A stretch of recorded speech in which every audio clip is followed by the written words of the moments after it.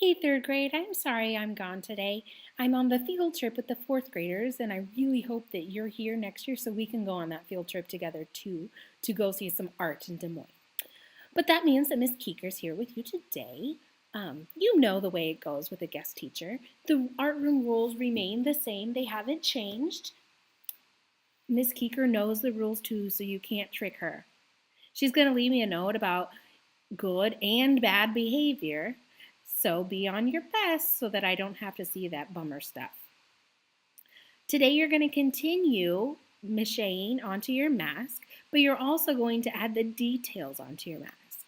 Now, yesterday I recorded myself when I taught Miss Allen's class how to put the mache on, so that video will show you what to do. Today you are going to take your paper mache mask off of the form that you had. So all that you need to do is to grab the plastic part of it and pop it off, kind of bend it back a little. It might take a little bit of pulling the plastic part back pretty far to pop off the paper mache. Now, if your paper mache is really weak like this piece, maybe you tape it with some tape that's on the table. And then what we're going to do today is look in our sketchbooks and form it into the idea that you sketched out. So I unfortunately don't have my sketchbook idea, but let's say I wanted this to be a gorilla. Okay? So the parts that I need to think about adding, you'll look in your sketchbook, I need to add ears, maybe more of a snout, maybe ripples for the lips, right?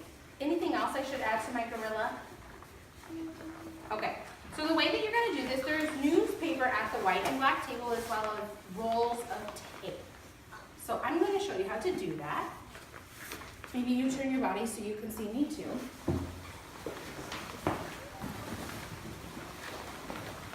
Okay. So with this, I suggest setting it on the table, and you can take a piece of newspaper. I've got a whole bunch in the box and some out on the table already.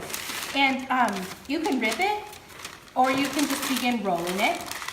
Let's see, if I want an ear, maybe I roll it like this, and I'm looking at it in my head.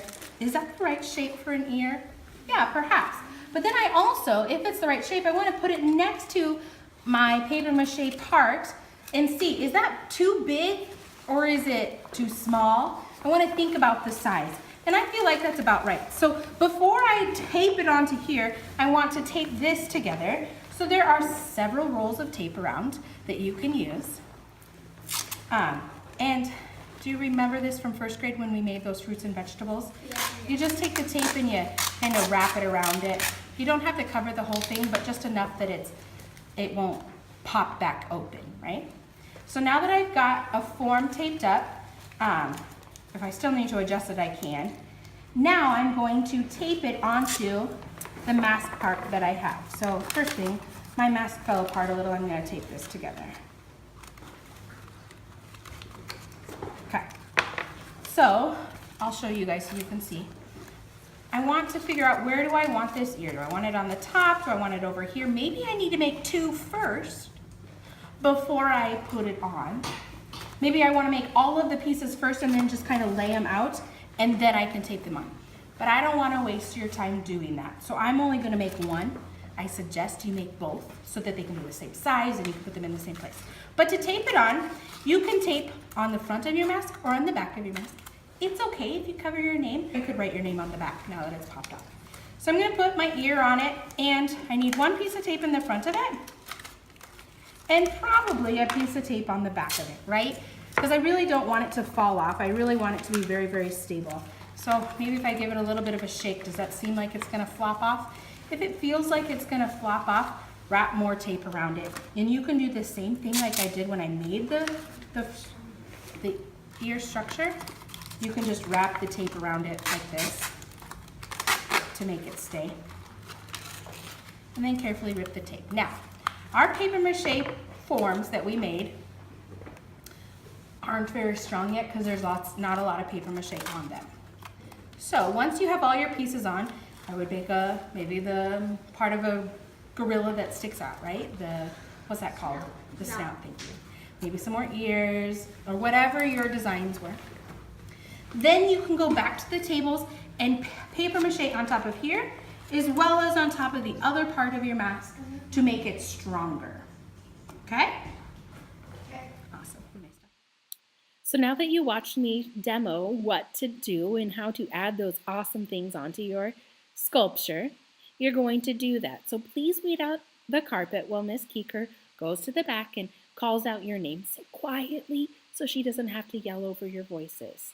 As I mentioned in the video, your name is okay to get covered by those form things. What you're going to need to do is to take a Sharpie and write your name on the inside of the mask. Write your name nice and big, as well as write your class code 3H.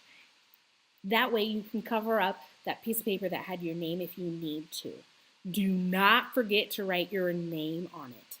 Your plastic form, though, once you pop it out, you need to leave it on the back counter. Maybe if your tape name is on there, peel that tape name off and throw that tape name away. Leave the plastic on the counter, write your name on the inside of the paper mache. Then when you have your mask, you can come up to the white and black tables right here and begin sculpting, squishing newspaper and taping it to make it go onto the mask. Once you have taped everything on, then you can go to a paper mache table and start putting paper mache onto that new stuff you added, as well as on the other areas to start strengthening it. Today, we don't have a whole lot of time to get all of this done, so you might not get very far into adding that extra paper mache. If you need an eye hole cut out or a mouth hole cut out, just talk to Miss Keeker and she's going to use a special tool to begin the hole. Then you should draw on it with a pencil or drawing tool to know the shape and the size that you want. That way you don't cut it and mess it up first. And then once you've got a hole cut by Miss Keeker, as well as your shape. Now here's the way this is going to work. Today you need to add all of the details, and you will not have time to add these 3D form sculpture elements to the paper mache.